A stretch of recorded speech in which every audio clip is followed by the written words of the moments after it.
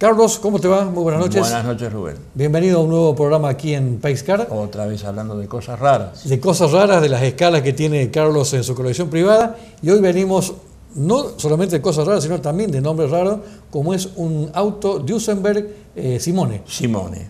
A ver, pero vamos a introducirnos un poquitito para que el televidente sepa por qué voy a hacer esta antelación. Cada país o cada país productor de automóviles tuvo un coche que se destacaba del resto. Yo creo que Inglaterra tuvo el Rolls Royce, España en su momento el Hispano-Suiza, coches que hoy valen fortunas, pero fortunas un poco por su antigüedad, y segundo porque reflejan, después de 70, 80 años de producidos esos coches, una tecnología que hoy todavía no hemos alcanzado a pesar de todos los adelantos electrónicos que hemos tenido y que vamos a tener. Estados Unidos, muchos dicen que el Cadillac fue el exponente máximo, pero ese privilegio se lo disputaba con Packard. Y a través de revistas importadas, ellos tratan de desmerecer lo que fue la tecnología de los hermanos alemanes Duesenberg, radicados en Estados Unidos. Hoy por hoy, un Cadillac, un Packard, del mismo modelo de un Duesenberg, tiene la 10ª parte de valor. Y no me animo a decir más, porque quizá el televidente diga, está exagerando.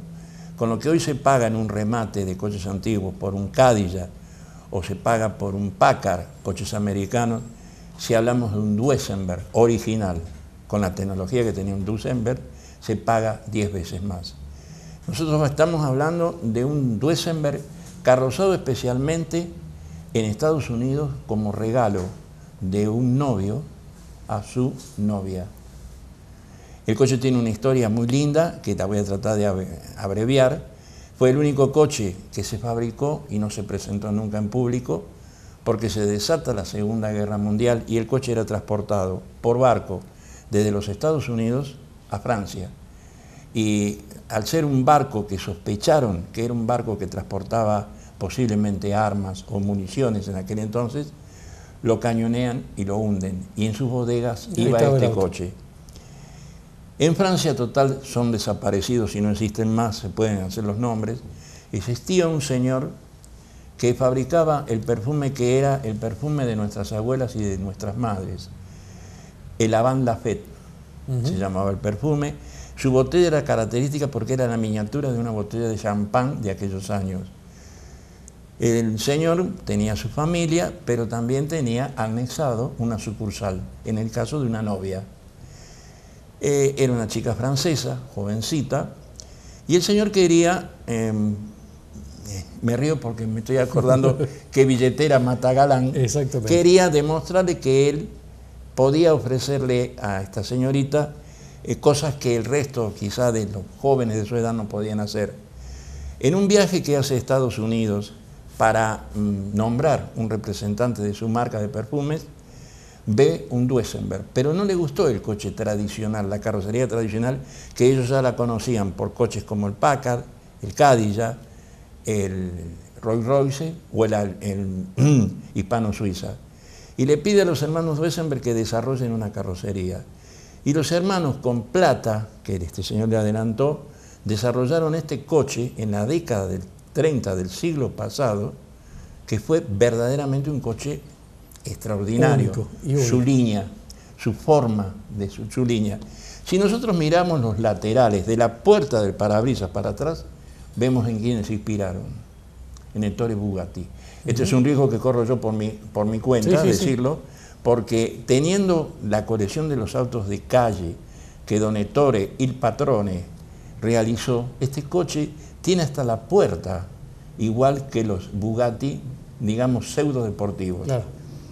Luego la trompa no, tenía que albergar un motor enorme de 8 cilindros en línea, con compresor, con mucha tecnología, y ocupaba mucho lugar. Entonces la trompa se aparta de los Bugatti y desarrollan una parrilla que me hace acordar al coche de la Chrysler, que es un coche muy raro, que en Estados Unidos tuvo aceptación, acá no lo he visto, que era una tipo baquet con esa trompa, pero es de la Chrysler. Claro. La trompa es casi exacta, lógicamente 70 años después. Y la parte trasera era un Bugatti. ¿Qué sucede? Cuando los hermanos Duesenberg terminan de armar el coche, pintarlo, de ese color, porque ese color era el que le gustaba a la novia de él, lo llevan a una exposición. Este señor se entera de que el coche había sido presentado al público con mucho enojo, los reta a los hermanos Duesenberg para que lo saquen, porque la única persona que la tenía que ver como novedad a esa adquisición era su novia. Era la novia, claro. Cargan el coche en las bodegas de un barco y ese barco lo cañonean y es hundido. El coche posiblemente esté, si todavía está el barco sin reflotar, en la bodega, o quizá lo haya sido reflotado, algún coleccionista X lo ha adquirido y lo tiene conservado en alguna parte. Y esta gente de los fabricantes de escalas, ¿cómo hacen para fabricar esta escala? ¿Quedan los planos? Los descendientes de los Duesenberg originales hoy son los nietos. En una propiedad que poseía la familia Duesenberg, quieren reformar, por así decirlo, el galpón, lo que nosotros podríamos decir gallinero o depósito. Vienen los albañiles y lo tiran abajo. Cuando tiran abajo el depósito encuentran unos planos y entre los planos que había estaba el desarrollo de la carrocería del Duesenberg. ¿Cómo adaptar esa carrocería al chasis Duesenberg normal? Sí, sí. Pretenden, con los medios que ellos poseen, recrear ese coche con un motor, se entiende, actual. Seguro. Pero no encontraron eco, no encontraron quien dijera, yo financio esta obra. Y estos hombres se dirigieron a Franklin. Franklin es una compañía muy grande en Estados Unidos que fabricaba relojes, termómetros de temperatura para los humanos, y se trasladó a China. Y en China fabricaron, con los planos que le dieron los descendientes de Duesenberg, el coche que estamos viendo. Por eso dije que fue un coche hecho, funcionando, que nunca el público lo llegó a conocer, porque en la teoría hoy está a 300, 400 metros de profundidad. Y prácticamente no anduvo nunca el auto, haber salido de la fábrica a de la fábrica, una prueba antes de entrega, por así decirlo, y para llevarlo al puerto. Y la novia que se quedó sin el auto. Y la novia no hay registrada historia de la novia. Si lo dejó, si consiguió otro novio o si consiguió otro auto por intermedio de este novio, pero ahí se termina la historia de este coche Duesenberg. Bueno, ¿y la historia de la marca Duesenberg cuándo termina? La historia de la marca Duesenberg termina ahí a principios de la década del 40. Los coches eran muy caros, pero muy caros. La tecnología que habían desarrollado estos dos hermanos de apellido alemán y de nacionalidad alemana radicados en Estados Unidos era muy cara. Entonces, la automatización que ya existía en la fabricación de las marcas comunes hacían que la diferencia cada vez se abriera más. Claro, lo artesanal ya prácticamente Lo artesanal ya no existía. La pintura a mano, el moldeado de un guardabarro a martillo y aguantador, el tapizado hecho con paños sobre prácticamente el asiento donde iba a ir, eso había que pagarlo. Y los hermanos Duesenberg en un momento dijeron, no va más.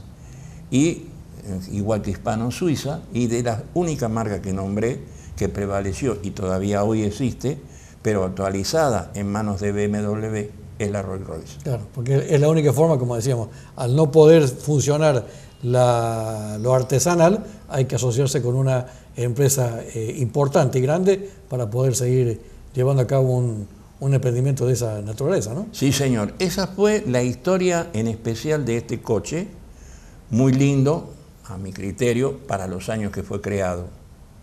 Yo siempre le hago la salvedad cuando en estas conversaciones unilaterales con el televidente, que yo a veces digo un lindo coche, un buen coche, pero tenemos que hacer la salvedad que median de por medio 80 años. Claro. Bueno, y hay que hacer también la salvedad que se nos ha cumplimentado el tiempo para este Duesenberg, así que nos vamos a despedir, Carlos. Hasta el miércoles que viene. Vamos a dejar por un momento lo que tenga que ver con información y cosas de nuestro programa para reunirnos con nuestros auspiciantes y ya volvemos a reunirnos con usted, amigo televidente.